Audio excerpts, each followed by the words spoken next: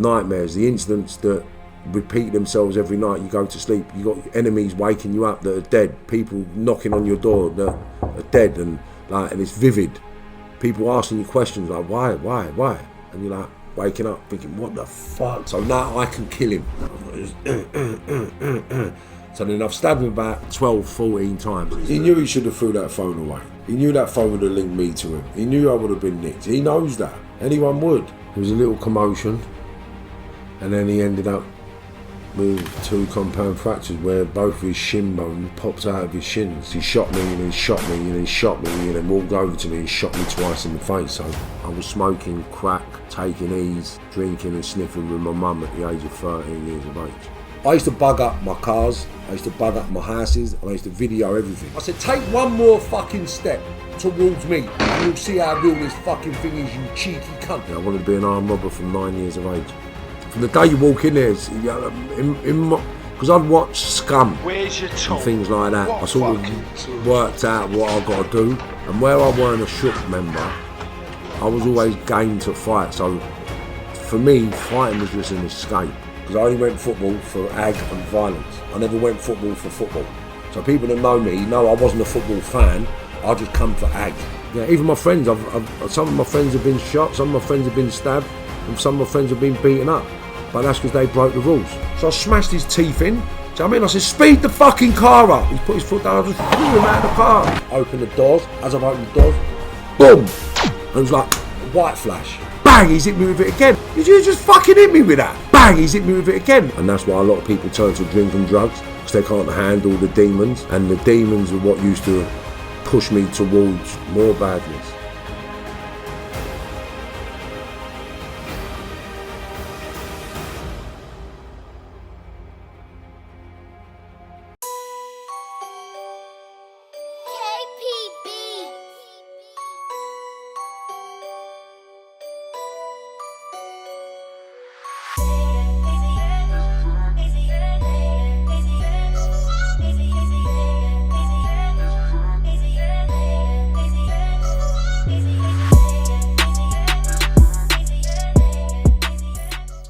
I can't work out when my telly's off.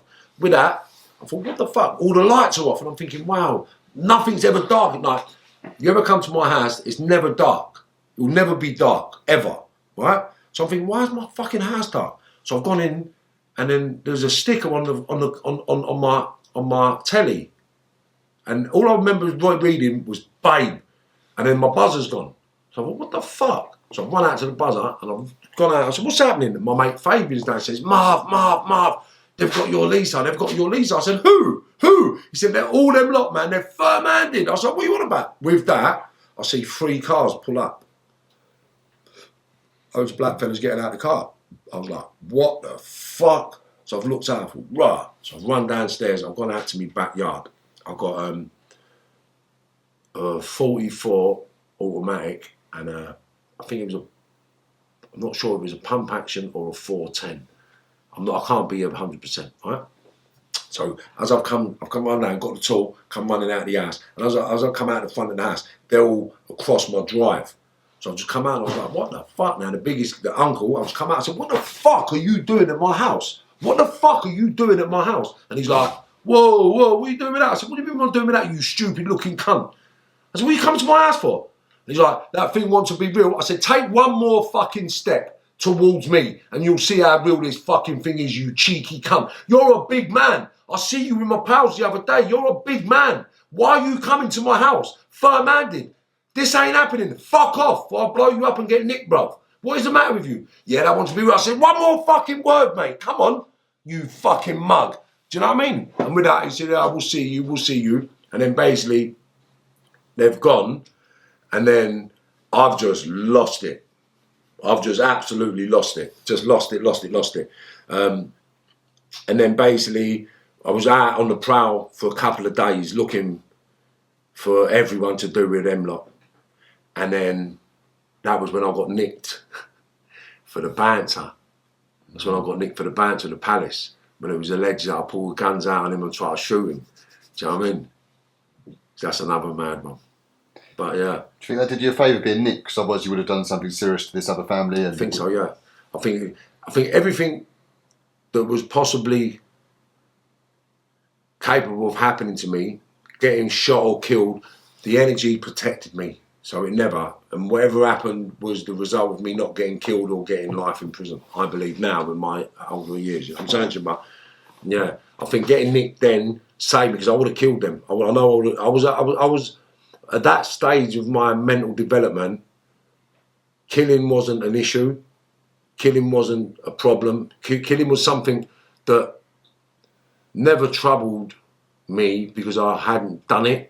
And it ain't until you experience death or murder or 36 years in prison or the Cat A units that you realise the magnitude of them actions. You know what I'm saying to you? So a lot of people don't realise the effects of gun activity, murder, killings, deaths, and it's the nightmares that you find difficult to live with and deal with. Do you know what I mean? It's the reoccurring nightmares, the incidents that repeat themselves every night you go to sleep. You got enemies waking you up that are dead, people knocking on your door that are dead, and it's vivid. People asking you questions like why, and you're like waking up thinking what the fuck, it's not normal stuff, you know. So the magnitude of the effects of that world plays a massive part mentally growing up, and that's why a lot of people turn to drink and drugs because they can't handle the demons. I was a little bit more insane than most, and the demons are what used to push me towards more badness because I used to think, well, that's going to happen to me because I had vivid dreams of me getting shot. I got shot 6 times in my dreams. I've been stabbed up in my dreams. I've been killed a couple of times in my dreams, but I've been killed a couple of times on the road. Do you know what I'm saying? So everything that's happened to me, I've sort of put back to. I put them in place with my dreams. Do you know what I mean? Because I've had dreams, I've been stabbed in the throat, I've been stabbed in my heart, I've been shot 6 times, I've had my balls ripped off, and one of my mates, Chris Bergleiter, ripped my ball bag off as well. Imagine that in a fight.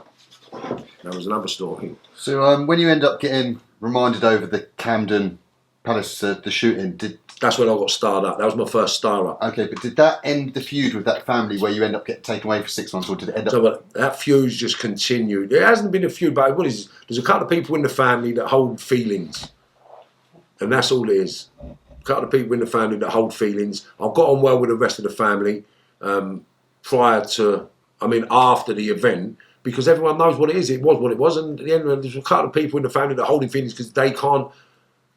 I suppose, I don't know, it might be jealousy. They can't aspire to become who I became. Do you know what I mean? They're hating the fact that they're still stuck in that same environment, not really doing anything differently. Things might have changed now, but at that time, I don't know how to put it, man. I was the fastest growing product in that environment, really, I suppose. Yeah, and so when you stood up to somewhat notorious figures, did the elders on your patch, is that what led them to... See, the Beers You Fear, that was villains from all over London. Do you understand? That was the older lot from all over London. This was the 25 to 30, 40-year-old villains. So when they see me put it on this guy, and this guy's family have got a reputation of being hard nuts and dangerous. Do you understand? So when they see that, they thought, who the fuck is this kid? And then it escalated after that, and then the shooting, and then Camden Palace. Not Camden Palace, and then Ministry. The Ministry of Sound. So it's like from that, into the Essex boys, into the armed robbers, into the cartels. It's just never-ending growth. It's not stopped. Do you know what I'm saying, John? Yeah, so at that point there, did you get sort of taken into any of the serious older firms and stuff like this, start working with them? I was always my own firm. I was always on my own. Always on my own. I've never been part of anyone's firm. I amalgamated with people to achieve a goal, but I was never part of anyone's firm. Never. The only firm I was part of was the Untouchables, and I pulled away from the Untouchables in, I think it's 1985 or 1986. I'm not sure, but a young man got killed over a fag, and it was just too many people. Someone said one wrong thing. Geezer got killed, and I thought, what's the point in that? My mate got manslaughtered, and I thought, what's the point in going to prison for nothing? Like, why are you lot doing this? Like we got into this to make money. You lot are doing it just to beat people up. So I said, allow that, man. I'm out of it. But then they all became drug dealer robbers. So they robbed all drug dealers, and the rest of their soul. The main culprits are dead now. I mean, my main pals are dead now. So you ended up going up to talk about the Ministry of Sound there. What happened at the Ministry of Sound? Can you talk about that at all? Yeah, well, basically, I've still got to confirm, but I've been told. So, I was a wayward character of proportionate expectations and visions of grandeur. So when I was 19, 20 years of age, I thought I was the biggest, baddest villain on the planet. And I was robbing vans and doing all sorts of madness. And the Ministry of Sound was the place where I got introduced to by a guy called Lenny Sanderford and Linville Williams. Now, I mention them both because there's only certain people in my life that have contributed to me becoming the person I became. Now, the reason why I mention Lenny and Linville is because I don't believe that they were grooming me, because they're two people that never took anything from me, ever, and they're the only two people prior to me moving to Spain that ever gave me anything for nothing. So imagine this, right? 18 years of age, 19 years of age, I didn't have to pay for cocaine. I didn't have to pay for ecstasy. I didn't have to pay to go in no nightclubs. Nothing. If I turned up a nightclub, Lenny or Linville were there, I said, hey, what's happening, Len? What's happening? Let's come here, son. What's happening? I said, what are you up to? I said, I'm with a few people. Are you all right for everything? I said, well, I want a bit of gear for his habits. Oh, yeah, I said, come here. And I get, fancy this, 50 pills of that, 500 quid here. Like, no, that's not asking for it. That's, no, take it. And I'm like, what are you talking? I'm not, no. Marv, if you don't take it, you're insulting me, son. Come on, son. All right, sweet. So anywhere I went, yeah, I had everything I needed on tap. Do you know what I'm saying? So they introduced me to the Ministry Sound. So even Colton, I can mention him now because he said I can talk about him, right? So Colton was the head doorman of the Ministry of Sound and other things, right? So basically, I got introduced to Colton, and I was one of the only people, you weren't allowed to sell alcohol in the ministry, but I was one of the only people with a firm that could walk up to the gate, yeah, with a crate of champagne, not me, but someone would be carrying a crate of champagne, and no alcohol allowed to be sold in the building, right? No alcohol. But I'm walking in there with a crate of champagne with 15, 20 people. And they're opening the thing, let me walk in. I don't have to pay for a fucking drug in there. I don't have to pay for nothing in it. And I own the gaff. To me, yeah, my people are feeding everyone in there. My people are robbing all the vans. My people are making all the money. This is my gaff. Do you know what I mean? And the security are my guys. These are my guys. This is my place. This is my spot. So that was the mindset I had. So I goes in there. So I've told this story a couple of times, right? And I told the story that I believe that I got served up because I'm in the toilet, I'm having a piss, I'm buzzing out my nut, I can't see. Geezer come up to me and ask me for the time. So I've then gone like that, have a look at the time, right? He's had a look at the time, but he's trying to nick my watch, right? So I've stabbed him up, right? But this happened, right? This happened. So I've stabbed him up. His mate's turned up, his mate's trying to go, I've stabbed him up. I've come out of the toilet and I walked up to one of the bouncers and I said, there's a mess in the toilet, you need to sort it out. What I didn't remember, right, was as I continued to walk into the dance floor, a big lump has come up to me. One of the security lot told me about, I can't remember the argument, but I remember the incident. So, come up to me, started talking to me about something. I said, mate, what are you talking about? Because in my head, the governors, Colton, you work for them. You work for the governors, mate. Don't talk to me like I'm Joe Public. Go and speak to your governor. And this geezer's trying to get a bit, I don't know what happened, but he's tried to put his hands on Marv, innit? And you can't put your hands on me. So he's been plunged, right? He got plunged in the gut. Don't reveal the name. So that name's a notorious figure that you'll see revealed on Marvin's channel, Marvin Herbert, in due course. Okay, all right, lovely. Because I only found out about who it was today, but when you hear about this, you're going to think, wow. Anyway, so this guy had been plunged up, and he's got the scar to prove it, because I got told today that he's got the scar to prove it, and he crawled out the back door of the ministry after I plunged him up, right? So I've gone back to the dance floor after doing the geezer in the gym, in the toilet, and then the geezer on the way back to the dance floor. What I didn't know, the geezer on the way back to the dance floor worked for Colton. So when Colton and them lot have heard that I've done someone off one of the firm. He's gone nuts. So he's called me out, chopped me with the axe, and then it's just kicked off. Do you know what I mean? But so it didn't make sense to me. So didn't even matter the boys in the toilet. It was literally, that was one of his firm on the way back, and then... Yeah, and that's why it kicked off. And Carlton didn't mess about at them times, did he? Tell me what happened. No. So basically, I walked down. Like, I'm in the dance floor, and I've got a message that Carlton and them not want to see me. So I'm like, for what? Tell them to come in here, mate. I ain't a bouncer. Tell them to come in here. Because I had that pretentious mindset. So everyone worked for my pals. Everything was doing for my pals, right? So I said, get them to come in here. And then Fitzroy is one of the chaps who's Linny and Linville's pal, right? He's like family, Fitzroy. So he's come, he's like, Marv, they need you out here. So because he's one of the chaps, I thought, sweet, not a problem. So I've walked out. As I walked down, I've opened the doors. As I've opened the doors, boom. And it was like a white flash. And I was like, did you just hit me then? And he went, looked all shifty, and I've looked at his hand and I just see an axe. And I was like, did you just fucking hit me with that? Bang, he's hit me with it again. And I was like, fuck, they're gonna kill me. So I've steamed into Colton and it's kicked off, and then a couple of other people there is kicking off.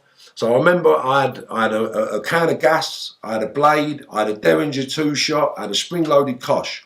So they're all here. So I'm trying to pull the tool out, and bang, one got chopped out my hand, the other one got kicked out my hand, and I'm just fighting. Every couple of minutes, I'm trying to get a new tool out, And then, real quickly, pause you. We've heard this confirmed by Carlton. Carlton's own word. He was like a fucking magician. Every time I knocked something out of his hand, he pulled something else out. I didn't know where it's coming from. Well, that's a soundbite you can put on, because we'll ask him to record that, so you can put that recording up. That's what I'm saying. So I don't need to tell the stories. Everyone will tell the stories for us. I'm pulling tools out, and basically it went to the point where I believe that they got so tired they had to look for an exit. You know what I mean? Because I was wild. Like he said today, your eyes were black. Your eyes were black. You weren't even you, mate. You weren't you. Like, and we was trying to calm you down. Because I remember them telling me, calm down, calm down. I'm like, fucking calm down. You just chopped me with a fucking axe, you cunt. And you just fucking stabbed me. And what the fuck? And I'm thinking, you cunt. Calm down. Like, what the fuck? Because I remember them telling me calm down, but that just made me go mad. So I'm thinking, how the fuck can you chop me in my head? How the fuck can you stab me? How the fuck can you hit me with a bat and a fucking tool and expect me not to want to fight? What do you mean, calm down? Fuck, calm down. And it just kept on and on and on. And every time they're trying to get me to calm down, they were trying to catch their breath. So what they've done, they all bear hugged me and put me in the thing so I couldn't move, and then run me through the club, and then just threw me out the back door and shut the back door and bolted it all out, shut the front door, bolted it all out, and just shut everything, so it was all bolted, so you couldn't get in or out of the ministry. And I went round once to have a scene, and I realised I want to get people nicked, so I went on, got dressed up. No, I never. A guy was driving past, just flagged me, said, Marv, give me a lift home. So I've gone home, had a quick change. I got me 410 because I was famous for the fire. I used to love the 410. So I had the 410 and the revolver. So I've got the 410 and the revolver. I run back down to the car and the geezer had gone. So then I had to go to the hospital, get stitched up, and that's when I met Junior McDonough. Junior come out with a pump action, and that's when we went on the rampage for a couple of days looking for Colton and everyone. Do you know what I mean? And did you hold that? Did you say it was Fitzroy that came and got you from the dance floor? Did you hold him responsible at that I tried to shoot him. I tried to shoot Fitzroy. Yeah, I tried to shoot Fitzroy in dungeons. Was he ready-eyeing you, or did he know what was going on? I believed at that time that he ready-eyed me.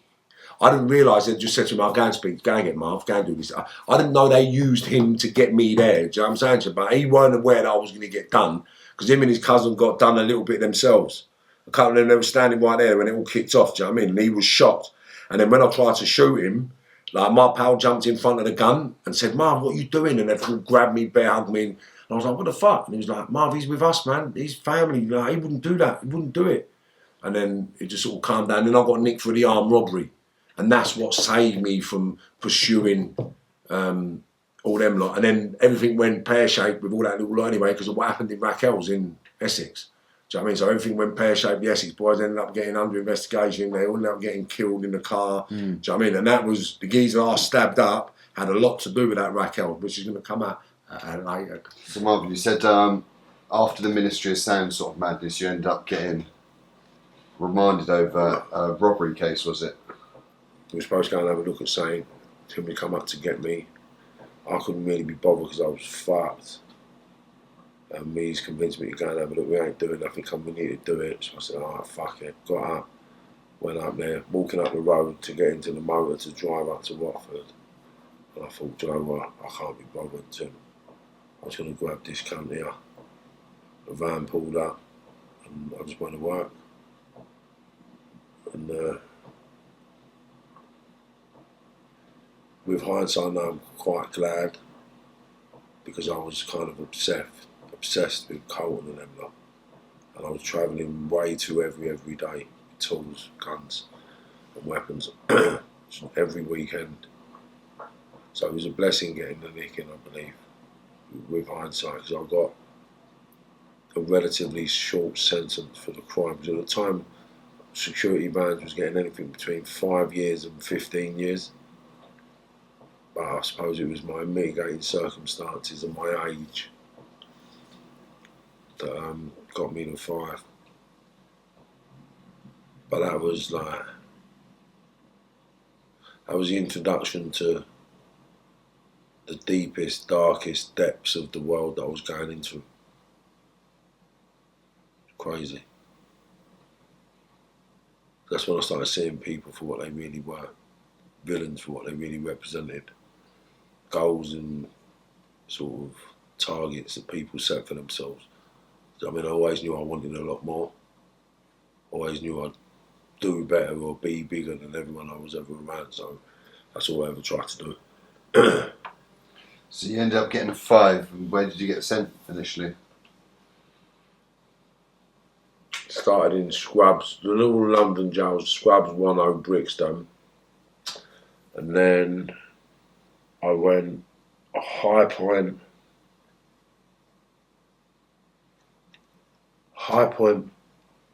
Parkhurst,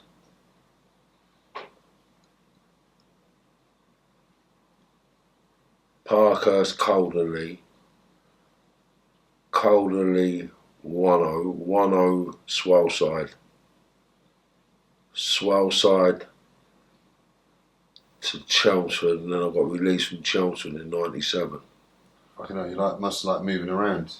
They just move you about, innit? They just when you're active and you're grafting, you're having problems, then they just need you out there because they want every jail settled, and I never settled in jails, so I've never stayed in jails very long.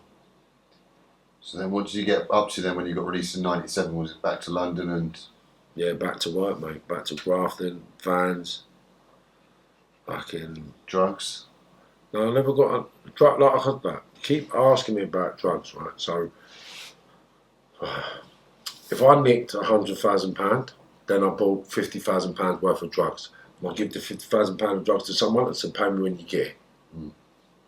Up in the air, disappear. It's a worry I don't have to worry about. So that 50 grand I've got to live on, yeah, I know by the time I've spent that, he's going to have another lump of money for me. Yeah.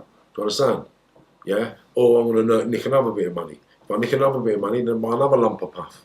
So when he gives me money for that, I'll give him another lump of puff. Do you understand? Yeah. It was just my banking structure, so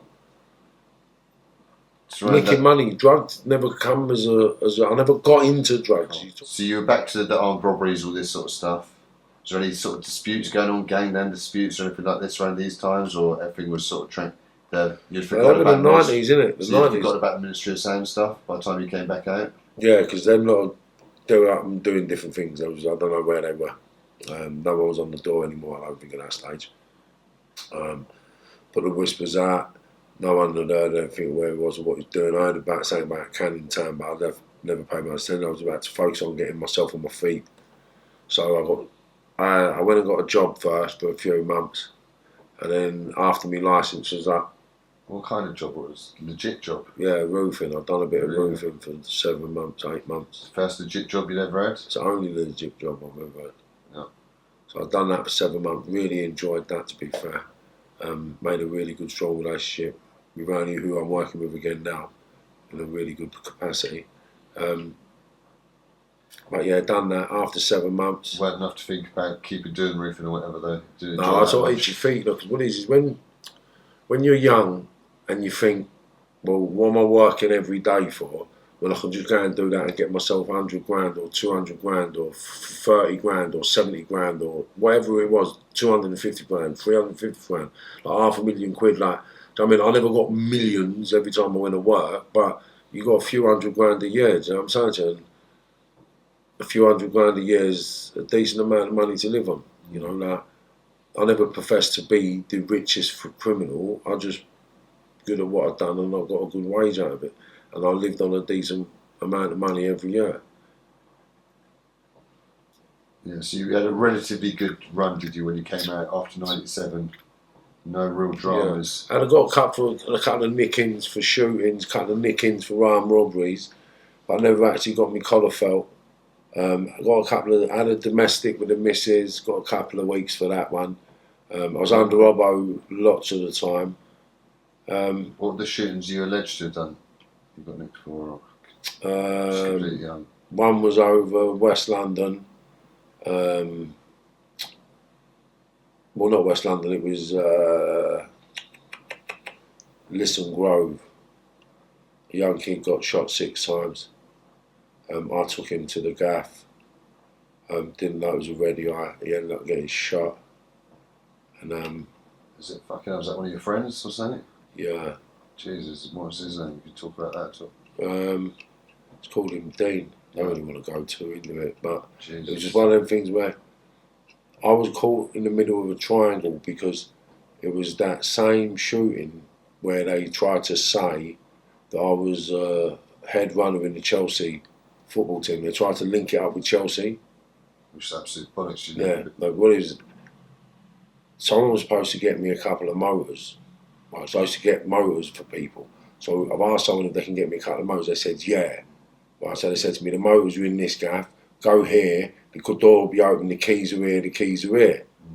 So then when I've turned up, the keys weren't there, and I got told, no, the geezer's going to drop them off in a minute. Sorry, mate, we'll be there in a second. Door's gone, I've opened it, 2 geezers walked in, one geezer's laid me down on the thing, and the other geezer's run in the front room and shot the geezer 6 times I was with.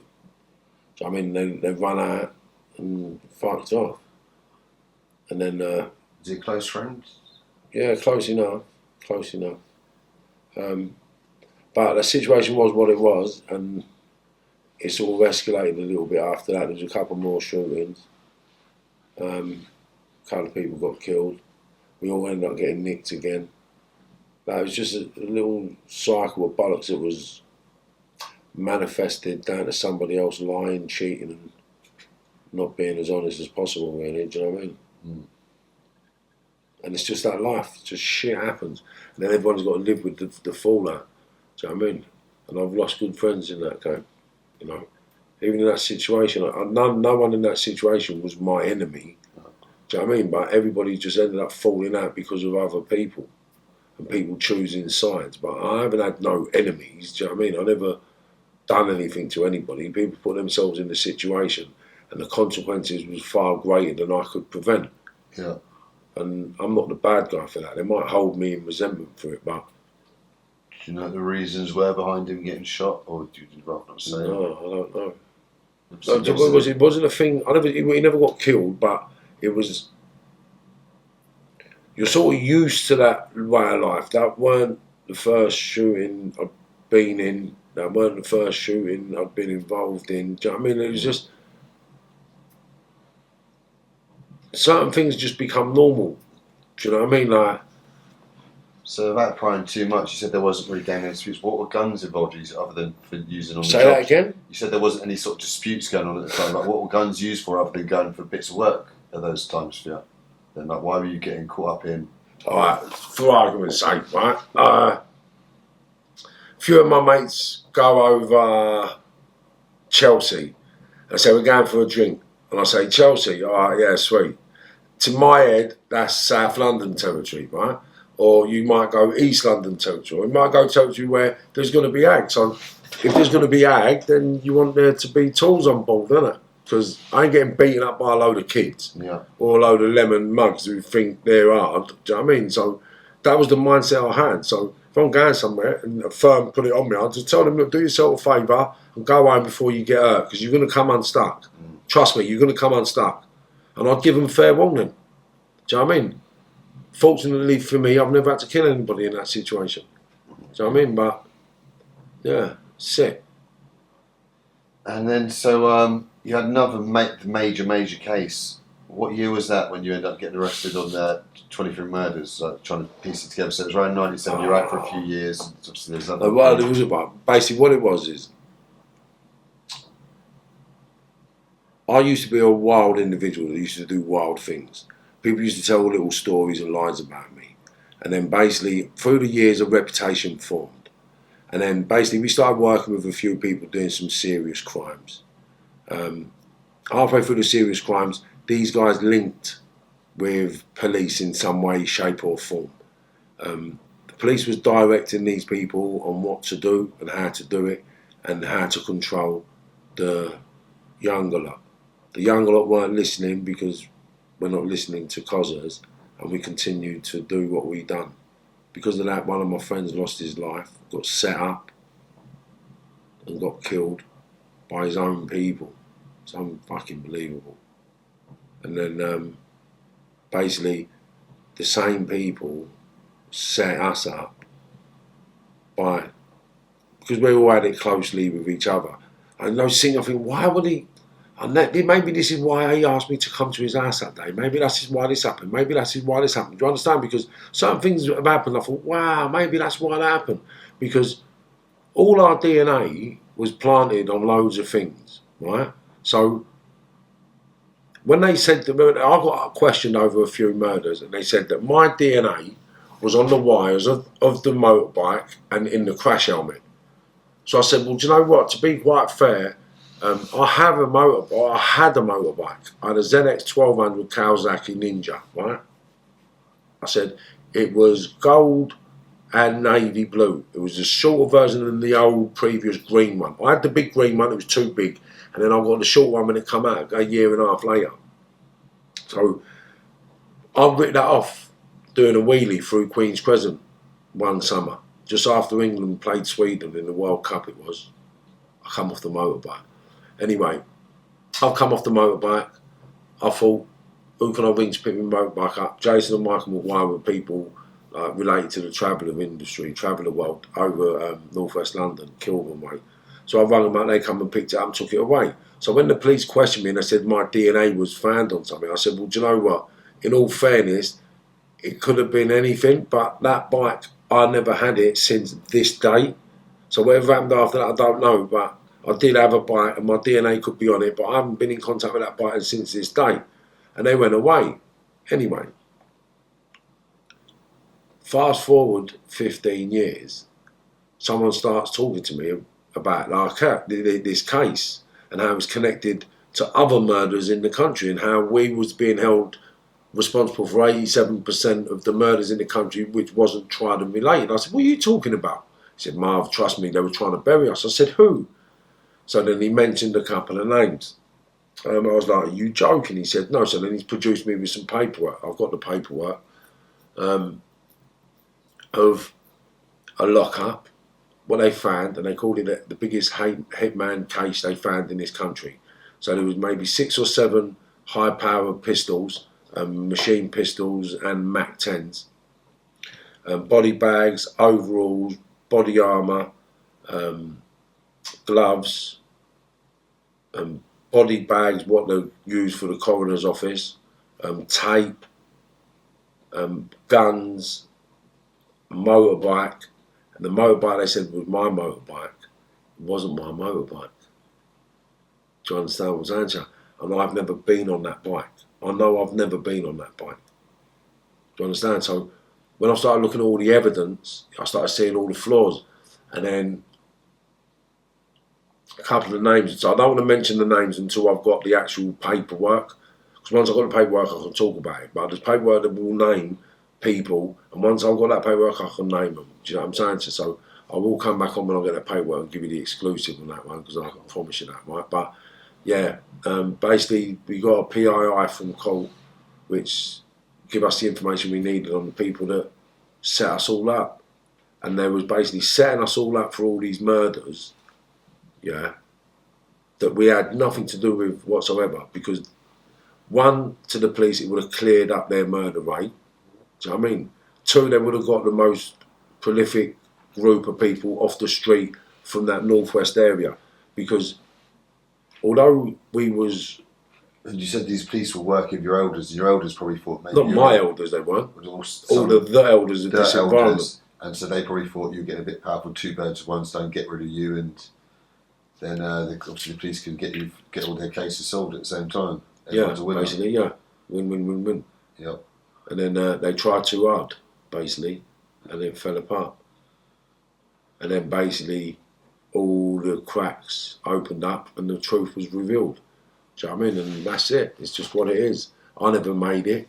Do you know what I mean? I never made it up. It is what it is. And so did you get reminded in that case there? Or reminded in what case? That murder, that 23, the shed. Yeah, I ended up getting a lump of bird as well, because when we got arrested for all the murders, one of my co-defendants took a plea bargain because we was getting told we're getting no less than 36 years.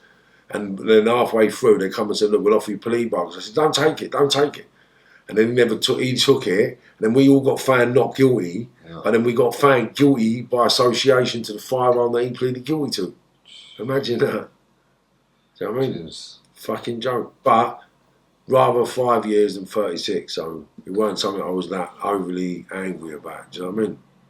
Of course. And so the way that everything had folded in that case there, and you obviously had your suspicions about the elders and the police and stuff like this, was that what made you... Was it immediately you travelled to Spain from there? Yeah, no, see, I've said it in one of my own little broadcasts, right? Basically what happened was, I'm in my cell one night on the unit in Belmarsh, and I had a really, really vivid dream, like the dreams I used to have when I used to get shot, stabbed and cut up and beat up and all the madness. I had this vivid dream about this. All I can say is he looked like, you know, the Kentucky Fried Chicken man off the advert, the white geezer with a beard. Yeah. He looked like a ringer for him, and he come to me in my dream, speaking in English, and went, listen, I'm going to guarantee you something now, yeah? He said, but what you said about staying away from all these people, if you can stay, because what I said to them, my energy before I went to sleep, I said, look, if you get me out of this, yeah, I promise you, yeah, I won't hurt anybody ever again for these people. I won't do anything for these people. I will actually move out of the country, I promise you. And then basically, I spoke, and then I went to sleep. And then that guy came to me. It was like a spirit guide. He comes to me every couple of years.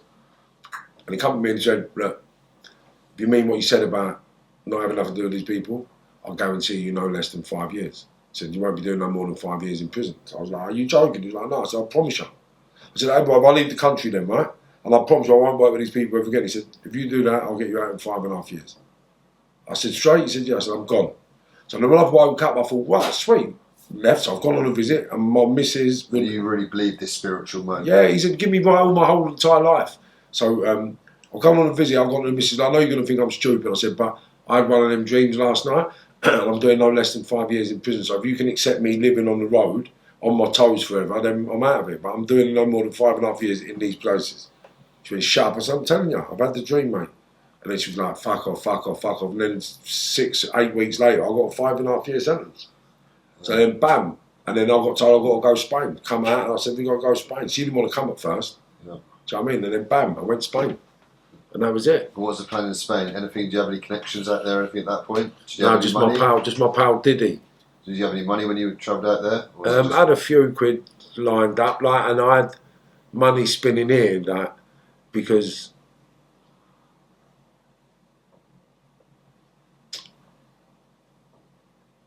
I sort of plugged someone into a network and added value to what they were doing, and I took a commission for that. Okay. But it was illegal. Okay. Do you know what I mean? So you get a little wage out of that? Yeah, basically I set something up so it was clockwork, like that, and I left people in control of it, and then everybody got a drink for looking after it, basically. And then I went over there, and then, yeah, that fell apart. after a year. And then... so where did you move to initially in Spain when you went out there? Marbella. Straight to Marbella, Straight to Nueva Andalusia, yeah. Port Banús. All around Port Banús. Because Marbella's not actually Port Banús. It's two different areas. So how was it when you first moved out there? Obviously absolutely loving the climate. Yeah, loving it. Got over there first. Got over there. We drove over there.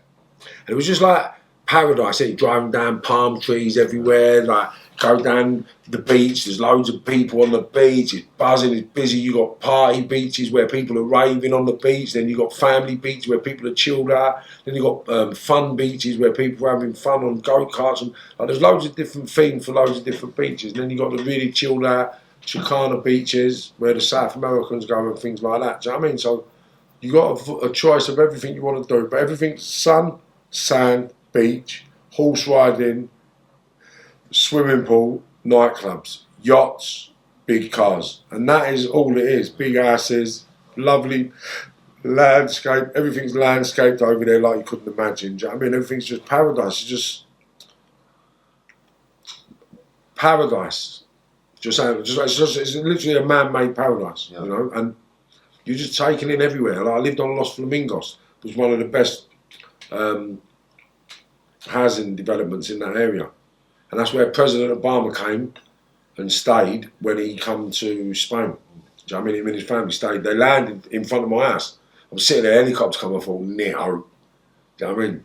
Big old fucking helicopter. Me like a dickhead. Someone wanted a couple of bits of graft and I had to drop a couple of bits of graft off. And as I come out of the house... Well, how long was it before you got into dodgy stuff out there? Straight away I got into it. We managed to get into the circles and instant, that. No. People like you attract or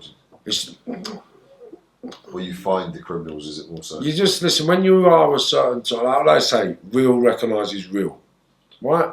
Yeah. So if I walk into a room, yeah, and I say to someone, listen, I'm looking for a bit of puff, I don't get told I can't get none. I don't know what you're talking about, mate. Do you know what I mean? Yeah. Like I can talk to people like on a different level, innit? So I was just like, hello mate, how we doing, mate? So as it going down to the bars, you started meeting all the faces? And no, you get introduced, like people knew who I was before I even got over there, and then the older villains say, who's that? Marv? Mate, listen, I'm telling you about this kid. So then they tell them about you. Yeah. So you don't have to promote yourself because your reputation speaks for itself. So when people meet you, they realise. Do you know what I mean? When they meet me, they know it's the heart on the sleeve. Like I've met the biggest villains in the world, mate, and I've always just been me. Like so. And what was it you were getting into out there? Was it doing Dex work? Anything. Was it drugs? See, it was anything. When I first got over there, it was like no man's world. And so, what am I going to do? Yeah. What's available? Drugs, what's available? Everything's available. Yeah. Do you know what I mean? The only thing, well, obviously, because I'm a robber, I went over there and I started looking at doing a couple of jewellers, a couple of the vans, because they had the security vans that deliver the money, but they're not that secure. But they are armed up. So I thought, right, who would I do a bit of work over here with? How would I do it? How would I get about? Who would I get my cars from? And then people. But the funny thing with the Spanish is they're all connected to Old Bill somewhere. Do you know what I mean? So they all talk. Do you know what I mean? And once they have a few drinks, they're not safe. And because they've got a different rule of conduct over there, they all speak to the police differently how they speak to police in England. Do you know what I mean? Yeah. Like they all respect their police, so they don't really keep their mouth shut. Yeah, I've got a few friends in Spain and they're petrified of the Guardia Civil. Petrified of it. Massive respect for them they've got. Yeah. That's the thing you're facing over there. So everyone over there who gets nicked just tells the police everything they need to know. And so then you decided the armed robbery thing wasn't the way to go down there. Way forward down there, you're going to get nicked. So then it was parcels. So then I got a few parcels sent home. Lined a few people up. So who you were working with initially? Who were your first? I'm not going to tell you anything like that. Not people with contact Moroccans. Were you working with? Was it Puff sending back or? Well, yeah. Yeah. Yeah. Did you get into the Moroccans straight away? Managed to get a link? You've got, haven't you? They're all the Puff, you nutcunts. Yeah. So I mean, the Moroccans and the Dutch you've got to work with no matter what. So I mean, if you're in the Puff game, and then the South Americans for the bugle or the sniff. So I mean, everyone else is just grafting like you. Yeah. But I came into contact with everybody you needed to, and had my fair bit of conflict, had a couple of hairy situations, you know, and then. So did you have to sort of prove yourself out there again? Like you got to prove yourself anywhere. Similar, same thing, yeah. So your reputation didn't precede you that much. Let me explain something to you, right? Now, when you go into a foreign territory, right, and you're getting smoke blown up your ass by people from a different country, the people that's blowing smoke up your ass are only blowing smoke up your ass so they look good. But the people you go and sit in front of, they need to know who you really are, innit? So you get tested. Yeah. Do you know what I mean? And to see if you're really this guy. So I stood up all the tests. Do you know what I mean? Like, I had a couple of situations. Do you know what I mean? Just to see, like, even people took me away in the car once, took me away from my missus, thought I was going to fold. Do you know what I'm saying? But I dashed the toy in the front of the car and I said, do what you got to do with that, mate. Do you know what I mean? Or fucking, I can't remember exactly what I said. But I spat at one of them, jumped out of the car, drove around with the other one. I said, you got a bunch of mugs, mate, take me back to my missus, you fucking cheeky cunt, do you know what I mean? Yeah, so you've obviously passed all the tests with flying colours out there, you're doing a bit of graft at the same time, and then when did you start doing some debts and stuff for other firms, when obviously your reputation had built so much? See, it wasn't debt, I hate when people just do it like that, it wasn't debts for other firms. What happened is a mate of mine had come and say, Marv, do you know someone called such and such? And I'd say, as it happens, I do. I say, can you do me a favour, mate? Could you have a word with him for me, please? And I say, do you know what, mate? I will. And it was just basically that simple. Marv, do you know, mate, I don't know him, but I know he knows one of my pals. I'll speak to one of my pals for you. Well, and naturally you get a commission or something out of this. Like, I didn't want nothing. I never earned money out of all that stuff. So I never earned any money unless I'd done something, son. I never took a penny off anybody. So I've heard before you said you might freelance, you weren't connected to one thing. Which I never had a boss, so I could work with anybody. Simple. So if you've got a problem with him, that's your problem, mate. Don't ask me to do anything for you. So if I've got a problem with someone and I need something done to them, I can pay you to do something. You're fucking mad, mate. No, do it for yourself. You do your own work and that's it. Yeah. Do it yourself, mate. What do you need me for? I don't come to you when I've got to deal with my problems. Yeah. Do you know what I mean? Like, everything's got to be dealt with in us when you go to that level, isn't it? Otherwise, what the fuck? Mm. So, did you ever get involved in growing cannabis at all while you were out in Spain? Of course I did, yeah. Yeah? Yeah. I think anybody sensible does. It's legal over there, isn't it? Okay. Yeah, you can have up to three plants, which might be more than that. So you only had 3 plants? Now, they do them outside, so they're massive. They go up to a key and a half on the plant, if you do them right. And then you trim them and make them grow outwards, and you just get loads of buds. Do you know what I mean? But you obviously grow a few more than you're allowed. Everyone does. It's not, because all they do in Spain is confiscate what they want. That's it. So if they come in and you got too much, they just take it. You get a little fine. Done. Do you know what I mean? It's not that much of an issue like it is there. Yeah, did you ever start making any decent money out of the grown out there, cannabis? Yeah, of course you do. Yeah. Do you know what I mean? I've done quite a few bits. I don't really want to go into the particulars. Don't talk about certain figures, obviously. That's what I'm saying. There might be legalities to all that. But But yeah, I you had made decent money. That's what I had enough money to live in Marbella, mate. Do you know what I'm saying? Life. Enjoying the best, finest things out there. Travelling first class. Yeah. Were you travelling first class? Yeah. Well, to be honest with you, I don't like first class. I like business class. Yeah. Right? And I only really like flying Emirates. But, yeah, business class. First class is too isolated. And I don't like isolation. I've done enough bird. It don't make sense enjoying all that opulence on your own. Of course. Do you know what I mean? At least I want to meet other people. Like in business class, you meet other people. You walk up, you have a drink, you have a laugh. You can meet people. It's networking, isn't it? I'm travelling. I want to network. I want to meet people from all around the planet at all different levels. So why do I want to not talk to people? Sitting on my own little cubicle doing nothing in first class. Like why? Of course. Do you know what I mean? And the good thing about it is, once you go business class, you can go up and use the first class shower. Mm. So I mean, you ever seen a first class shower? No. Shut up. I haven't been in first class. I've been in business class, but not first. I'll send you the video, so Mark's got videos. Nice. We got videos. And that was sick. And in the first class, all the soap and all the aftershave is Bulgari. No, Hermes. Hermes, yeah. The same Hermes I wear, Detroit. Nice. Yeah, sick. So I thought, what a blind, it's made for me. Mm. Sick, unreal. So, how was At that time there, did you really feel like you'd made it when you were in Spain at these times, living the life, and this, had you reached... Yeah, man, I did. I thought I cracked it, yeah. Yeah, I really did think I cracked it. I actually believed, yes, this is it, I've cracked it, I'm never coming back, and that's it now. It's non-stop. Yeah. Ching, ching, ching, ching, ching, ching. But obviously, you only listen to the cha-ching, cha-ching, cha-ching. You don't listen to the headache, the drama, the suffering, the police, the headaches in between. Do you know what I mean? And then you got to deal with everything. And that's when you realise it ain't worth it. Just loads getting lost, getting in debt, when loads getting lost, having to... But that's what people see. People only see the colourful side of drug dealing that the police want you to see. They don't see the losses. They don't see the headache. They don't see the dramas that the people involved. Granted, it's self-inflicted. Do you know what I mean? But it's suffering. Do you know what I mean? Like, even the runners, the packers, the back and packers, people that wrap it up and they've got to deliver it. Like, they get paid peanuts. Of course. Do you know what I mean? They get paid peanuts. They've got to wrap all the puff up, spray it, pack it, look, put it in the gaff. And most of them are like, it's like slave labour. But because they've got an avenue to get a bit of puff when it goes home, they give it a big one. Do you know what I mean? But it's like slave labour. Do you know what I mean? You're risking your living. If you get nicked, you're going to prison. And then you get told you're getting looked after and you come home and you're sweet. Don't worry about it. So, wrapping, packing, living, driving, fucking delivering, ordering. It's just, So you lose one parcel, right?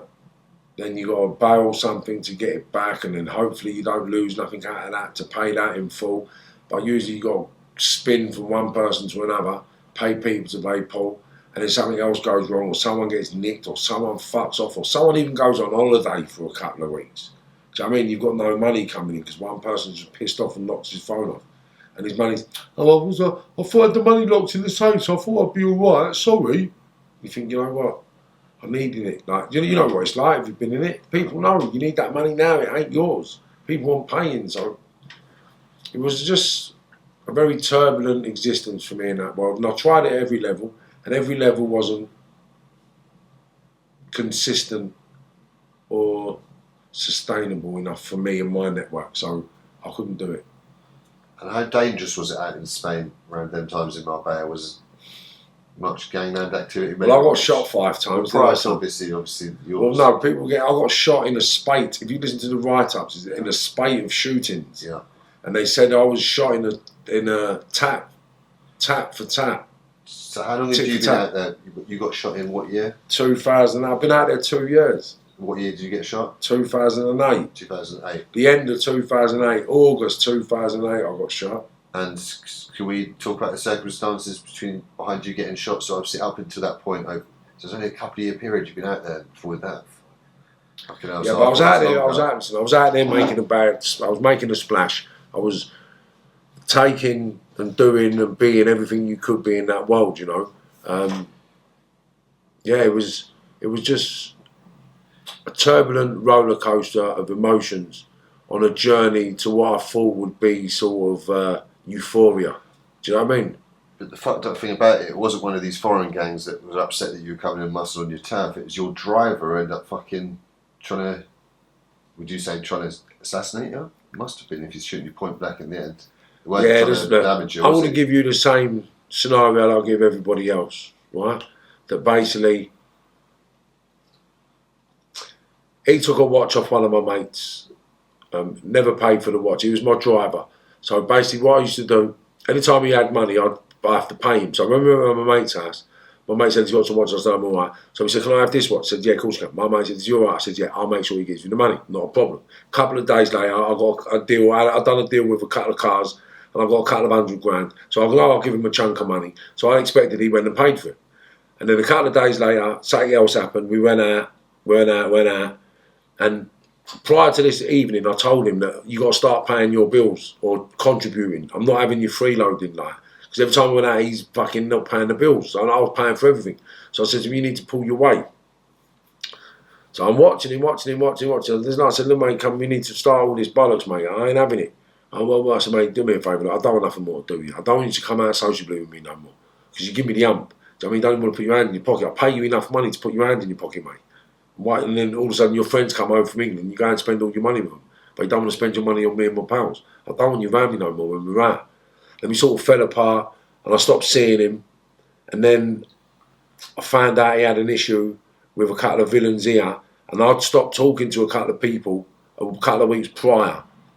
And I thought that was a bit weird. Why are they picking the phone up no more? And then I found out that this fella owed someone that they knew some money. So I thought, well, he owes them some money. Anyway, cut a long story short, a couple of weeks later, I get a phone call off my mate, said, am I going to pay him for the watch? I was like, what watch? Real quickly pause you. Did you have issues with these said people that he owed money to? No. Listen, what you've got to understand about Marvin Herbert ain't had no issues with no one. Do you understand? Right. The only issues I've had is people who've had issues with me. Yeah. But I ain't got no issues with people. People keep blowing smoke up their own arse and then blowing their own trumpets, mate. Do you know what I mean? I'm just being me. Simple. Do you know what I mean? It ain't my fault people want to call me names. It ain't my fault people want to say things about me. It ain't my fault, is it? Okay, so sorry, Paul. So getting back to you, so you and the driver parted ways. Then suddenly you had little fallouts, and then he mates rang me up about the watch, and I just thought, cheeky cunt, ain't he paid for it? I'll give him some money. And where I had a couple of $100 grand, I know he's had a good chunk of money. He's had a good few quid. There's no way he would have had anything like $5 grand or 10 grand. He would have had 20, 30, maybe 40 grand. I don't know, but yeah. I'm not a tight cunt when I get money. So if I've got 200 grand in my hand, you're getting a chunk of money. You're not getting silly money, right? So I thought, you cheeky cunt. So I've rung him up. I said, mate, what are you going to do about this watch, you cheeky cunt? He said, what's it got to do with you? I said, what's it got to do with me, you fucking animal? So he took off my mate in his ass, down to me, and you ain't paid him and you've had money. He said, well, I think you're trying to bully me. I hate the roof, you cheeky cunt. Bully you for what? Bully you for a watch you already took. You wearing it on your wrist, you cheeky. Where are you? Where are you? He said, well, I said, where are you? I'm coming to see you now. He said, I'm down the pulse. I said, I'm coming. Where? He said, Solly's. So I said, I'm coming. So I took my gun out, give it to my nephew, said, I'll be back in a minute. Go and punch his fat cunt's head in. Yeah, so you were going to go and beat him up? Yeah, I was going to bash him up. When I turned up, he weren't there. His sidekick, Mark Carpel, was there. He started ranting on. I said, mate, your mate's no value. This is what's happened. This is what he's all about. And this is what needs to happen. He said, I never knew that. I'm sorry. Go down to the gym. I'll bring him down to the mall. I said, no, he's got to come back now. He's going to get tall. He can fucking use it. Simple. When he come back, I didn't think he had a gun. I thought he'd have a blade or a bat. When he pulled the gun out, I said, you better fucking do what you come to do, mate. I ain't running nowhere. And I tried to get to him to get the gun off him. But I think he anticipated that. Shot me in my leg. So honestly, you didn't think he would do something like that to you? Otherwise you would have left, honestly. I didn't think he had the arsehole initially to do it. So when I went towards him to get the gun off him, because I thought if I get close enough, I'll be able to grab him, knock him out. You've done stuff like this before, too? Yeah. Gone out, I've grabbed guns off a couple of people, not loads of people, only twice, but yeah. I've gone to grab it, and he just shot me straight in the leg, and I've hit the deck straight away. Just shattered my leg. I'll show you the picture of that, so you can see the picture of that in a minute. So that shattered my leg, put me on the floor, and then I remember saying to him, you better finish your job. I wish I never said that to him, because I think he might have gone after the first shot. But I don't know. Because he shot me, and then shot me, and then shot me, and then walked over to me and shot me twice in the face. So sometimes I really don't know. But I've got other theories as well. Other information I've received, but I would have done that on my platform in due course when I get enough evidence to back up what I think. But yeah, it's just a crazy scenario. But the truth will come out eventually, do you know what I mean? Yes, but I can't believe he was just over that watch. I can't. Do you know what I mean? It's impossible. So once the evidence comes in, all will be revealed on your channel, Marvin Herbert YouTube channel, in due course. Yeah. There's no anger attributed to that investigative mindset. It's just, I know, I've always known. Do you know what I mean? But now I might be able to prove it. And publicly. Have you ever had a conversation with the fellow who shot you since and outside? I'd love to. Or nothing like this? I'd love to. Have you ever tried to get hold of him on the phone or nothing? No, but I moved to near his area and I went to gyms that I know he went to, and he never ever showed up. Do you know what I mean? He's never reached out. I've reached out to him a couple of times on social media since I've got his platform set up, but I ain't had no responses from him. I'm not angry with him because I know the strength of him. he'll still feel inferior to me. Do you understand? Because he will still need a gun to come in my company. That will never change. Do you understand what I mean? Yeah. So he will never feel safe in my company unless he's got a gun. So that's why we'll never meet. Because he will never believe or trust that I'm going to do nothing to him, because he knew me back then. He was with me. He was with me when I went to put it on the Russians. But I never went to put it on the Russians. I always thought I was taking a brothel of a couple of Spanish geezers. And when I turned up, it was like maybe 8 to 12. I can't remember the exact number. Big lumpy Russians. And I went, come on, mate. He went, I ain't getting out of the car. And he stayed in the car when I went to deal with it. Do you know what I mean? And that got dealt with. What you meant? Did they back down or? Yeah. Yeah, basically, yeah. Yeah, I've spoke about this already, so I can tell you. A friend of mine had a couple of villas. He rented one of the villas out to a Russian firm, Russian and Bulgarian firm. And basically they never paid him and they bumped him. And then the place was getting repossessed. So the geezer who owned the building said to me, Marv, could you get him out? Because if you get him out, I can sell it. If I sell it, I'll give you X amount. So I said, well, look, if you want me to get someone out there, you've got to put up 150 grand first, otherwise it ain't going to happen. I think there's going to be a £3 million bust up along the way somewhere. So I said, you've got to pull up at least 150 quid so I can pay people to come and do the graft. Down payment on the work. Yeah, I ain't working for nothing. Got to get materials like any job. Yeah, so he said, yeah, sweet, not a problem. So boom, he's pulled up some of the readies. So I've gone to work, and then basically I've gone in to the house, the Russian bodyguards in there, all the guys in there looking after the guy. And I sort of put it on him. He couldn't speak English properly, but I fried him a little bit, and then he went to leave. And as he left, I see the Oasis name on the back of his t-shirt, which was the firm of villains that owned the brothel in Estepona. And as he's gone out, I've said, fuck to them, like, we got to go down the brothel. So we all went down the brothel, then we waited outside with the security. I've gone in on my own, booted the office door open, gone in, grabbed the owner by the face, slammed him up against the wall, screaming at him that I want the money for my house. I want the money for my house. My house is getting repossessed because of you, you fucking animal. Do you think I'm some sort of a cunt? And I've explained to him that I've just come out of jail. I've come over here to go into my house. I'm getting told by my uncle that it's getting repossessed. Are you fucking stupid? Do you realise who you're playing with? So I've slapped him up a little bit, made him open his safe. Going nuts at him, you cunt. You know, mate, it's not me, it's not me, it's not me. It's my partner, you need to speak to my partner. So then he took me to his partner's house. Under duress. I've called his partner out, told the partner the same thing, grabbed him up, slapped him up a little bit, told him I want my fucking money. Because I was always told up, it didn't matter to me. So they was just getting pistol whipped and pistol bucked, you know what I mean? So I said, look, sweet. Not a problem, we'll sort something out. So then this fella said to me, come and let's go. So as we're driving back, he said, listen, my partner's a bastard. He should have said X, Y, Z to you because he's done the thing. He brought these people to the house. I don't want him in my business. He said, what I'll do tomorrow, if you want, he said, I'll give you his half of the business and then we can work the money off. I don't want any problems with you, my brother. I don't want any problems with you. So I was like, yeah? I said, what's the turnover? He said, there's a good couple of $100 a year, mate. So you 5, 10, 15 grand a month. You want a good little wage, man. And I was like, oh, I'll come and speak to you tomorrow. So I went, all right, sweet. So the next day, yeah, I've gone to turn up. As I've turned up, fuck, look at that little firm. So I said, no, I'm getting out. Mark said, they ain't getting out. So I've just jumped out. Bowled up to the firm. I walked up to the geezer who owed me the money. I said, mate, am I getting paid? I said, am I getting my money? Have you got my money? Am I getting paid? What's going on?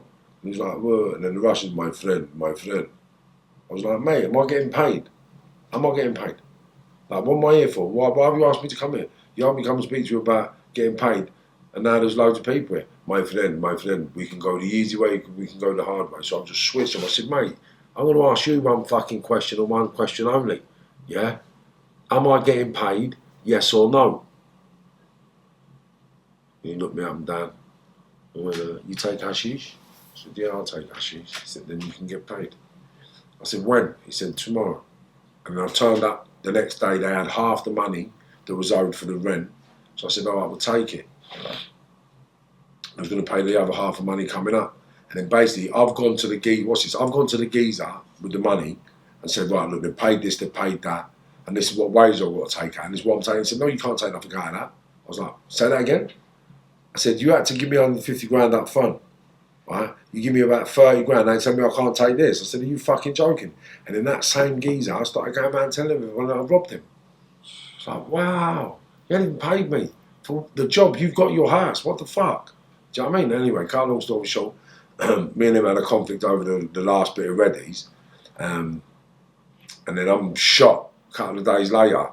So I go to the hospital thinking, oh, what a load of bollocks. Anyway, been shot in the hospital, thinking about what I'm going to do.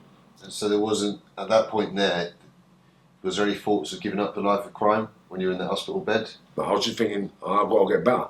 Was there vengeance on the main thing in your mind? Yeah. Just chopping his hands and feet off and taking his eyes. That's what I was going to do, stab him in his eyes. In all fairness, I was glad he kept me alive. I'm glad he never finished the job. Do you know what I mean? Didn't seem like it's through lack of trying. Yeah, but listen, he never tried hard enough. And he should have made sure. And that was the mindset I had, and he's going. That's it. He's going. And so when then he went and handed himself in when he knew you'd survived, obviously, and then made big statements and stuff like this, what was your feelings then towards him even more so? You fucking, he's done this to me now. I just thought, you know what, even better for me.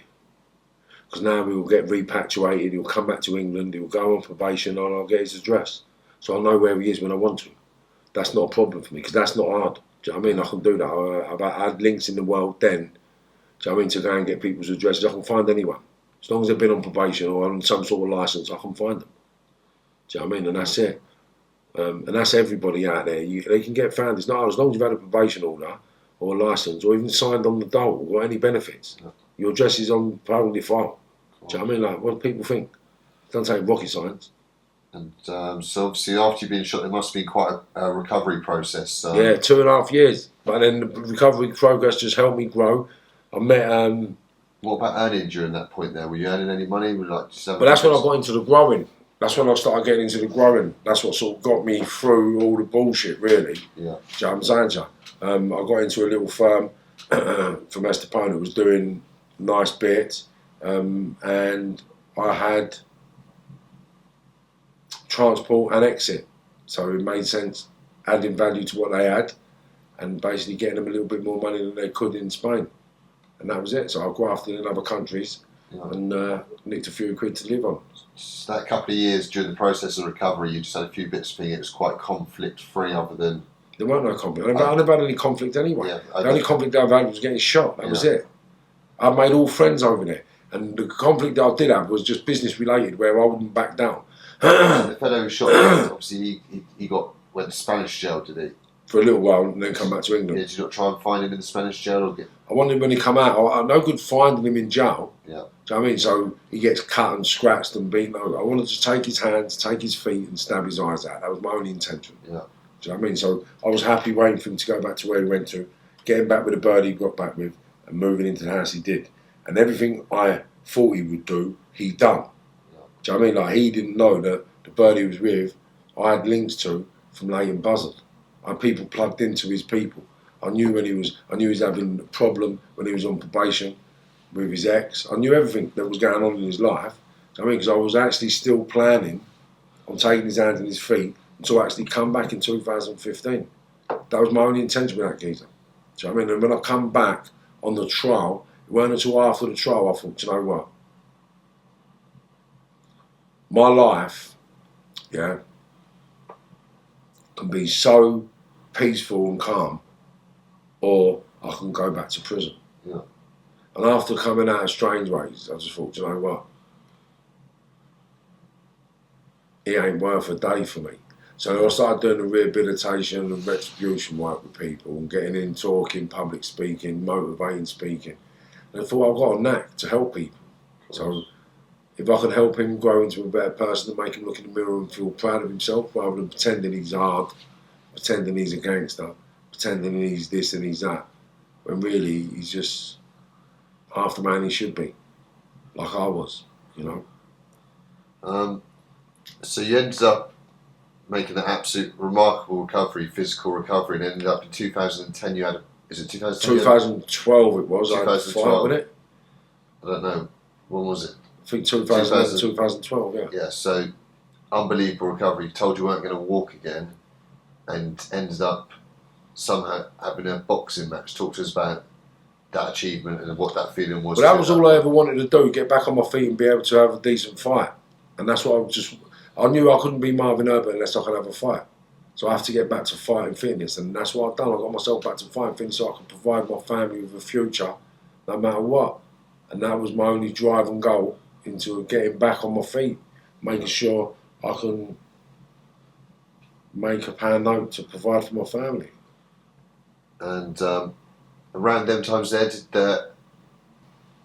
you said that, I've heard you previously say that Daniel Kinahan came into your life around them times there and sort of aided you with your recovery. Yeah. Not aiding me with recovery, but just helped me mentally, helped me massively mentally. Like, I learned so much from not just him, his dad, his brothers, his friends, his aunties. Like, and it's just, when people from different worlds, they've got a different principle in life and a different mindset and a different agenda. Like in England, everybody's got this using agenda. So I mean, like if you walk into a gaff and offer anybody a drink, everybody will have a drink. Yeah. Whereas the Irish, you walk into a gaff and offer everybody a drink, they'll be thinking, well, what's he offering us all a drink for? Yeah, I said the Albanians exactly. Like, they don't want to know that. You can't buy them a drink. Yeah, you can walk into a bar, buy a man a drink. You can't do that in Ireland either. It's all the same, It's just like the principles on friendship, the principles on family, like the way they lived and the way they respected what you do and how you done it. Like, now, although they give him bad press, you could live around them for 6 months and you wouldn't think they're at it. Do you know what I mean? Like, so is it purely a personal relationship you had with him, or was it? Yeah, that's what it was. Me, friend and family. That was it. I wasn't in any business with him at all. And you wouldn't, like, even the car. They don't drive the biggest cars. Like they want, like they drive. Their mates drive nice cars, but they're in the basic, simple cars. Like, do you know what I mean? Like, I think when I was, Daniel's not a flashy man. No, I think when I see him, he was driving a Golf and a Hyundai. Was it not a Hyundai? It might have been buying a Hyundai. It sounded like a really weird car. It might have been a Nissan Qashqai or something like that. They're not into the flash motors, and they're just good businessmen that get on with life. That's the perspective I got from them. And I know they get a while of bad press, but it's not warranted for what they've become. Okay. And there was someone else of note, speaking of Peter Fury, who you came into contact with at them times in Spain, didn't you? And you end up becoming a close friend of the Fury family. Yeah, as well. We've all been through our own stuff outside of boxing and in boxing, but yeah, we're all close, pretty close. I remember when Tyson was thin as you like. I remember when Tyson filled out. Do you know what I mean? Like, yeah, I remember when I was young as well, because I remember being around their uncle and their uncle's friends when we were doing stuff. I remember them saying he's going to be the next world champion. And I never believed it. I thought he was too wiry back when he was a kid. Okay. But I didn't know the intricate skills he had. Yes. I was seeing him from a distance. I thought, he's too wiry, mate. We'll get caught. So, around them times, obviously, you're fully engrossed in all the gangs, like you say, the pinnacle of the criminal world. You're getting, doing deals, sending bits of work here and there, maybe getting involved stuff. Then suddenly something went wrong. One of your relationships ended up taking a bad turn with the fella from Manchester. End up having sort of serious impact on your life at that point. Yeah, that was my financial belly, though. Where did the conflict come from? Like, why did he think to do this? I don't know. He's dead now, so I don't know why he felt the need to do what he done. But he owed you a significant amount of money. He decided he was going to try and go about it other ways. You found out that he was trying to get you knocked off, and that's obviously there's no going back from that. I'll correct you there. He weren't in debt with me, basically. What happened was I was working with Dave for a couple of years, and because he was so wealthy, I never actually took any money off him. I just left all my money in the bank, So he just looked after everything I had, and I had a record of what he had in his possession that belonged to me. Basically, I kept the record mentally, and I wrote a bit down, and I remembered exactly what he'd had, where it had come from, and what I was owed. And So one day you called up for your money. And he said, I ain't got none. Point blank to you, like. Yeah. And I was like, what are you talking about? And then I went, do you know what? I'll get back on in a minute. So I rang a couple of his mates who I'd done business with, accumulated a few quid with.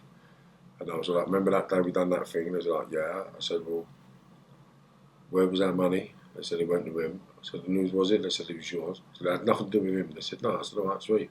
He's trying to say it's his. They said, no, it was yours, definitely yours. I said, all right, sweet. So the people that I rung, they all said exactly the same thing. So I rang him back and I said, look, I need to see you. So I've gone back. He was at a calf and I just all said, look, you're wrong, mate. You've got my money. You never done any deals outside of what I was doing with these people. These people paid me. You got the transfer. The money's mine. And you owe me them X amount of money for X, Y, Z. And he went, and as I give him the list of money he owed me for, he ripped it up. So then basically, a little madness ensued. Is that when you end up breaking his legs? Yeah, well, there was a little commotion, and then he ended up with 2 compound fractures where both of his shin bones popped out of his shins, and he was lying on the floor. What I did do was take his watch off and split his eye and his nose open by hitting him in the face with his watch, telling him I wanted my money. So I was demanding my money off him. I said, don't fucking play with me, mate. So I mean, the energy's got a funny way of getting people, and I'm coming for my penny, and I want every penny. You horrible cunt of a man. Rest his soul. Was this broad daylight? Yeah, outside one of the bars. His missus had more arsehole than him. She attacked me for some big, not a big thing, but some advertisement board she picked up for me, screaming her head off. He was on the floor in bits. And then... And had you found out the information that he was trying to get knocked off at that point? No, that never happened until a couple of days later. Mm.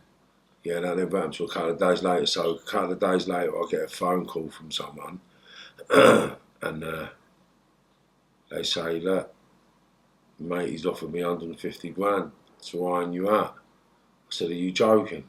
He was like, nah. I was like, what the fuck? I said, all right, sweet, not a problem. I said, what we'll do, when you come over, you go in there and ask him when you're going to get paid and how you're going to get paid. Once he agrees to terms and conditions, I'll walk in behind you and ask him if he thinks it's going to be that simple to get me ironed out. And then what we'll do, we'll either bill him or kill him, innit? It's as simple as that. That's the choice he gets. And get a couple of million quid out of him. That was the plan straight away, instantly, when that happened. So... And didn't he get taken out of the hospital or something?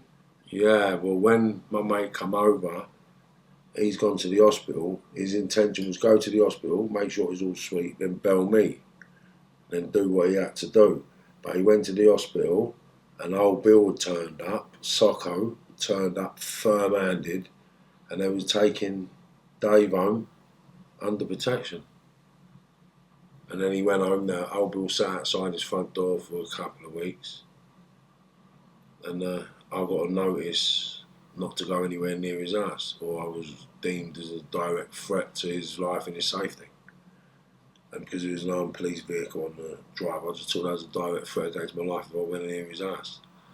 I got another couple of death warnings, 4 or 5 I think. What they call Osmond warnings, threats to life. And then I got another notice not to engage, and then another couple more threats to life. Didn't he have quite a notorious bodyguard around them times? Fellow with the tattoo who died in Ireland. I don't know. You're on about Billy? Yeah. Yeah. Did you know Billy at all or anything like this? Yeah. Did you have a relationship with Billy? Like, Yeah, I knew Billy. and so Billy was obviously getting paid to look after him around these times. I don't know. That's what I did a bit of research. That's what they were saying in the papers. Billy was his bodyguard around these times. Yeah.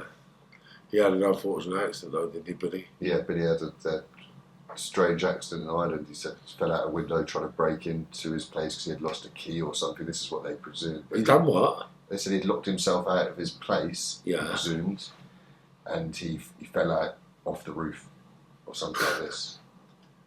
They presume he must have been drunk trying to get back into his house, having locked himself out after a piss up. And yeah, he died in the most unforeseen circumstances. But Dave Campbell ended up having a untimely death, didn't he? Very shortly after, from, was it a heart attack or something? Yeah, he died like Elvis apparently. Yeah. Oh, there you go. So obviously, whatever went on, rest in peace to, and my thoughts to his family. Yeah, I got on well with Billy as it happens. I never had any issues with Billy. He was alright. Was he as serious as they made out? He had quite a reputation. That's all everyone has, a reputation, you know, and then we're all just flesh and blood in the skin. Do you know what I mean? And that's how simple it is. It's just who's quicker, who's gamer, and who's got less fear than anyone else who wins every battle. So it's not about who's got the biggest dick. It's just about who's doing the right thing, really. That's where I think that, do you know what I mean? Like, everyone can pull the trigger. I always had that mindset. So you can kill me as quick as I can kill you. Yeah. Simple. What makes me any different to you? Cool.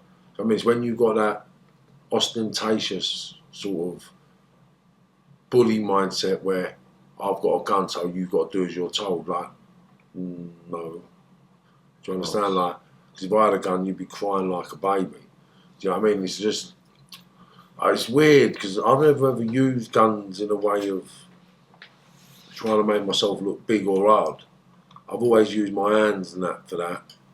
You know, if I wanted to prove a point, I wanted to punch your face in. Yeah. Do you know what I'm saying? So, if I wanted to prove a point, you're going to get shot. Do you know what I mean? But if you stab me up or fucking try to kill me, then I'm going to defend myself, innit? But the Dave situation, though, in general, though, was obviously fucking horrific for you because obviously he died and you lost a hell of a lot of money. That must have been impactful on your life at the time. It was that yeah, but you know what? In all fairness, I lost that money in lieu of me turning my life around, and which was a good thing. Because if I'd have had that money, I might have even turned my life around. Okay, so what?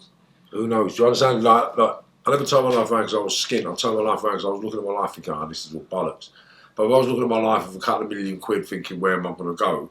Then things might be different right now. That's all I'm saying. Yeah, so obviously after that, though, you did continue grafting for a bit, did you? And then obviously...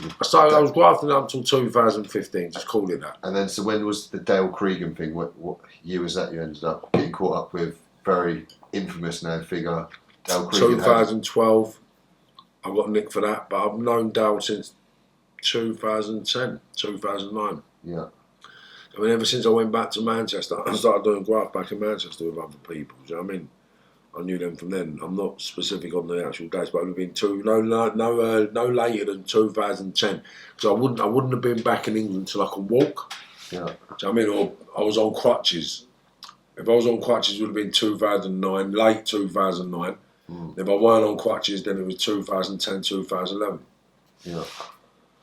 So Dale came into your life briefly. You end up meeting him out there through the Manchester firms and connections, and then obviously he's disappeared. You've gotten on with whatever. You've ended up having a fallout with the Manchester Olders over those ways, and so obviously you'll sort of sever ties with Dale around these times, and then obviously he ended up allegedly always been convicted now, killing a couple of people in Manchester. Yeah, he killed a few people out there, didn't he? He killed the father and son, the father's son. Yeah. And the two police officers. So 4 he done. I think he actually shot 5 other people, like 3 or 4 other people as well. Yeah. And people don't hear about that. There's other things he's been nicked for as well and charged for, I believe. Yeah, so when you were spending time with him in Spain, when you first initially meet him, or when I never met him in Spain. Did you not meet him? Oh, when you came back to Manchester, was it you met him? Yeah. Okay, so when you were in Manchester, did you think that this guy was someone capable of these sort of actions and that? Did you spend enough time with him to know it? What you got to understand is, when you're in that world, yeah, everybody's capable of pulling the trigger, right? What you got to ask yourself is, are they scared of their governor that much? Yeah. Right, so with these lot, everybody always had a point to prove, so they wanted to prove themselves. So you could see they'd all do anything without thinking of the consequence. And that was the thing with all of them little Mank lot. So Mank being Manchester. You must have had some sort of relationship with, because obviously after Dale's killed the two, father and son, he's reached out to you, even regardless. Prior to that, we had a decent relationship because Yes. he was the youngster of someone I was having it with. Yeah, so. And it wasn't a friendship like. You build relationships different to how I build relationships. It was more of an understanding that they felt important that I'd speak to them being such a high-ranking figure. Yeah. It wasn't like I needed to be friends. I needed to bring them up, bring me a bit of gear. I needed a bit of money. It weren't that kind of party. They weren't my youngsters. Yeah. They were someone else's youngsters that I showed a bit of attention to. Every now and then I was around to make them feel important. That was the basis of our relationship. Yeah, so obviously it wasn't a deep connection, but it was enough that he felt like he could reach out to you or send someone to live. I think he had no option. And he thought, let me get out of the country. Let me see if I can do this. So, yeah. And you ended up turning him down and told him you couldn't help him, but then there was slight complication because he ended up stealing one of your friend's dad's phone. My mate's dad's phone. And then he ended up hanging himself in a fucking police station with the phone. And then my mate's dad and his son got nicked. And then I got nicked. In your opinion, was that on purpose? It's not my opinion. That is the fact. Well, no, he got nicked with this phone. I know that's a fact. So, but did he do this on purpose too? Where did you get the phone from, mate? I got the phone from Marvin's mate's house. All right, I'll tell you what I'll do. Just so I don't put it on anyone, I'll go and hand myself in with his phone. Yeah. So don't talk about opinion. He was a criminal. He knew what he was doing. He knew he should have threw that phone away. He knew that phone would have linked me to him. He knew I would have been nicked. He knows that. Anyone would. Why wouldn't you? Yeah. Do you know what I mean? Like, come on, man. So then obviously you end up getting nicked in Spain. Getting extradited, brought back to this fucking piss old country, put in strange ways, with a load of shook members making deals with our bill. And what were your thoughts that time? Did you know you were going to bust that case because it was finished? I knew when they come with the evidence, because when they come with the evidence, they try to say that we was all friends and part of the same organisation, and I was friends with Dave and this and that. And I was like, wow, they're liberties. But what they failed to understand was that Marv was counter-surveillance savvy. So I knew I was under Obbo, and I knew they'd done certain things. Yeah. So because I knew I was under Obbo and I knew they'd done certain things, they had to document that. So I requested a PII, or an investigation into it, so I had to produce a PIR, which is a public community interest hearing, which goes on between the prosecution, the defence lawyer and the judge. And that talks about sensitive information that the jury and the public do not hear about. But they give the insight, or they can draw inference from it to help with a conviction. Right? So when I've got all the information about the intelligence, because obviously everything's got to be documented, what they do, when they observe, when they find. So what you got to do is find a trail of, basically, I have to find a link for Dale and this environment. Yeah. And he must know people around certain places. So basically what I started doing is everyone that got nicked for Dale Cregan's case, I went through their paperwork in strange ways, right? And then I found out there was a couple of informants in Dover that had spoken about Dale Cregan coming down and threatening them for money. And then I found out that one of them lived in Herne Bay. And then I found out that one of them lived on the same street than the house that I was on. Do you understand? Yeah. Mine was number 4, and this geezer lived at number 5, who was a paid informant, who Dale Cregan threatened that he's going to come to your house and do this. So in my assumption was that he's turned up to see this fella, realised that, hold on, that's Marvin's mate's house. Knocked on my mate's dad's door, asked if he can get hold of me. No, he's nicked my mate's dad's phone to see if my name's in the contacts. Do you understand what I'm saying, Chad? Yeah. And when my name's ain't in the contacts, because it weren't his dad's phone, the phone was bought for his son, who was on the road doing all this fucking building work. He's like a mad constructor, right? Yeah. So he's losing phones left, right and centre. So his dad got him a throwaway phone and charged it up and got credit on it. And then Dale Cregan nicked that, right? and he's gone and handed himself in with that, and we've all been gone away. And then basically, because of all the intelligence of all the meetings and all the observing that the police had done in the past prior, I proved that Dave Campbell was wired up on the night that I was on a meeting, and we spoke about certain things, and the police was aware that there was a financial debt, because I got agreed facts where the police have agreed, right, from their intelligence, that me and Dave Campbell had a financial debt. And the only time they could know about that was through the meeting that I went on with Peter Fury and Aaron Coughlin as mediators, Dave Campbell. And when I turned up on the meeting, Armed Old Bill laid me down looking for firearms.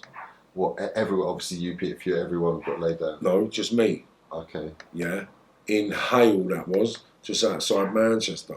And then basically they sat outside the meeting for 5 hours. So I knew from that point on that they've had intelligence, innit? So I'm asking them, well, why would I be on this meeting? You knew about this meeting. You knew what it was all about. Why would I be on this meeting? So then the police had to admit, through their intelligence, that me and Dave bore each other ill will. We didn't like each other. He wanted to kill me. I wanted to kill him. And we come to a financial agreement on this day in front of reputable villains from our world. And we walked away. A couple of months later, he died in a heart attack in his toilet. Do you understand? Yeah, so you know that day when you obviously got laid on the floor, so you didn't suspect it was anything to do with them, you at that time just thought it was police intelligence, did Oh, I knew he'd radio-eyed me. Yeah, okay. What are you talking about? How would the police know I was going to be there? Yeah, that's what I thought, so... He radio-eyed me, man. Like, they expected me to have guns on me, so I was going to get nicked. That was what their game was, I believe. And did, obviously, like you say, you had a relationship with Peter, did he accept his friend was maybe a bit the other way? That's something you're going to have to ask Peter, isn't it? Yeah. Okay, so how long did you spend in jail on the Dale Cregan one, though? A year and a bit, I think, or just under a year, or just over a year. Was Dale in the same jail as you? On what would you have done to him if you had been? If I'd have seen him, yeah, I would have more likely punched his head in. Yeah. No, because at that stage of my life, to me, he'd ruined my kid's life. Do you know what I mean? You've ruined my kid's life. You've been connected with something that you didn't. I'm getting a sentence. Yeah. I'm in prison for you. And my kids are out there with no dad. They don't know I'm a criminal, you fucking dog. So I had babies, my new babies were then, innit? Yeah. I think there was only 4 and 5. They thought I was in there working with the naughty kids like I did in the gym. So you got released in 2013, was it, from that? Yeah. And then, but that wasn't enough for you to turn your back on crime. You went straight back to Spain, was it, at them times there? No. Stayed here. Stayed in England after 2013. Then. Yeah. And then where did you move to London? Back to London, was it? Yeah. I moved to Liverpool first. Yeah. Liverpool, and then I moved from Liverpool to the Thames. I lived on Cheney Walk, which was beautiful. I lived on a boat called the Spirit of Chelsea, which was an absolutely lovely experience. I was there for about a year. And how were you getting by during these times? Did you have some savings, or were you still grafting, or what were you doing? I was kind of grafting still then, man. I never give up the grafting until 2015, so yeah, you're still juggling grafting, doing what you do to generate money, innit? So I was just taking care of issues, problems, and looking after things and people, as we've always done. So, like I say, there was a 2-year period. Obviously, prior to this, you've been shot, you've had Osman warnings, you've had everything going on. What was it that made you make that change in 2015 after 30 odd years as a criminal? Well, when you do business in that world, at that period of my life, everybody had encrypted devices. So you never would see the face of the people you were doing business with. And then one kid got into a financial issue, and I actually thought he was taking the piss, and I wanted him out. So I sent people to hurt him. And then I said, before you hurt him, make sure you find out who he is. And I found out it was one of my son's best mates. And so then what was the process from there then? So they're kids, innit? You decided not to get them hurt, or? I thought, what the fuck you doing? These are kids. You're supposed to be helping these lot. How do you put them on the road? And then the pennies just started dropping every day. Like, wow, look, I'm the cause of all the problems. If I weren't doing this, there wouldn't be no issues. There wouldn't be no problem. Why don't we get into business? Why don't I do this? And then it just manifested and it's just turned into what it is today. So talk to me a little bit about that process. After being 35 or 30 years in the criminal world, in the criminal circles, how did you detach yourself from that world? Just by not doing anything criminal. Yeah. And that was how simple it was. And so then initially, did you get straight into legit business, or was it just... I had to do a bit of voluntary work, going to schools, colleges, done through prisons, built up a name, bit of a reputation, done a few charity work, to the point where people are talking about me. Yeah. And that's where I'm at now. So now I'm just about to start making financial revenue streams from what I was doing. So there's some different points in that. You end up going to Downing Street at one point. What year was that? I got invited down there last year. So that must have been, obviously that showed... 2018. 2018 I think it was. So you really haven't looked back on the life of crime, and you obviously, to get to that point there, you've done obviously monumental work in order to be invited somewhere like that. Then. So you've really been trying to make a positive impact these last few years. Well, I haven't been trying. I've actually been making a positive impact. I've stopped a few people going down that road, and I've prevented a few catastrophes. So everything's been positive, man. Everything's been really good the last few years. Okay. I mean, I haven't been as financially rewarding as the mythological lifestyle we used to lead, but that was only materialistic gain anyway. Well, we all know happiness, growth. Do you know what I mean? Mm. So that growth I don't miss. This growth I love. And so over the last year or so, you've started going public, obviously, with your work, and then obviously doing podcasts and going into the public domain. Yeah. What made you decide to go public? So it's the only way to get the youngsters talking. Do you know what I mean? Like, some people are going to like it, but how else are we going to make the youngsters change their mind if someone else ain't got the arsehole to stand up to everyone? Do you know what I mean? Like, who knows? I might get ironed out for it. Who knows? So it's that same helping process, just on a much larger scale, where you can just impact that much more. Yeah, we need to, man. They always need to be telling the youngsters, man, come on. It's a waste of time. Don't do it, son. Listen to him. He ain't talking shit. We've been a mugs for here. So I mean, we've been young mugs for years.